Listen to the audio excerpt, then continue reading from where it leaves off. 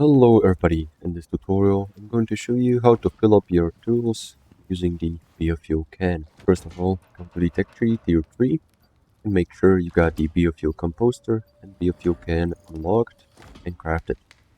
Also, you want to have any of these tools like the biofuel lamp or flamethrower, which are going to use the biofuel. So, once you've crafted those tools, as you can see, I got 96% of biofuel left in the flamethrower.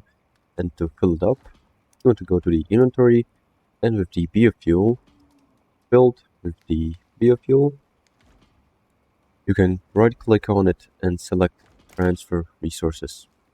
Here, you're gonna see a window where you can choose which item you want to transfer the biofuel to. So I'm going to choose the flamethrower and select transfer. Now as you can see, I got 100%. So this is gonna be all. Make sure to like and subscribe if you found this helpful, and see you in the next one.